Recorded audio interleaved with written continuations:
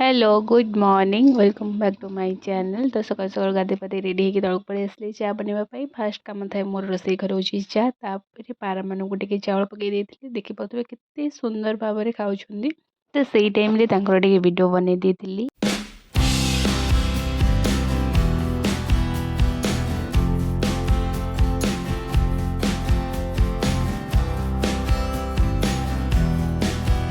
तो तापर मु ब्रेकफास्ट बनई पराठा ये खाई जाइए मम्मी खाई चल खावाई पराठा सह टे टमाटो सॉस नहीं जाइए।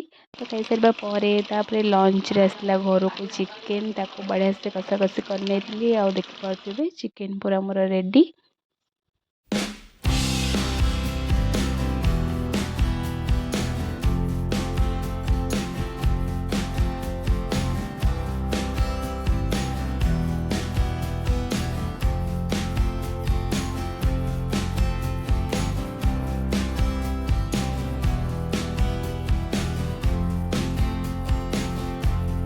तो गाँव को आसला छोट माछ बिक्री। तो मम्मी बाबा जेहेतु चिकेन पसंद नुह तो रखी 5 माछ तो बढ़िया से भाजी देती। तो आज वीडियो ये जदि भल लगी तो गोटे लाइक कर दे रोज।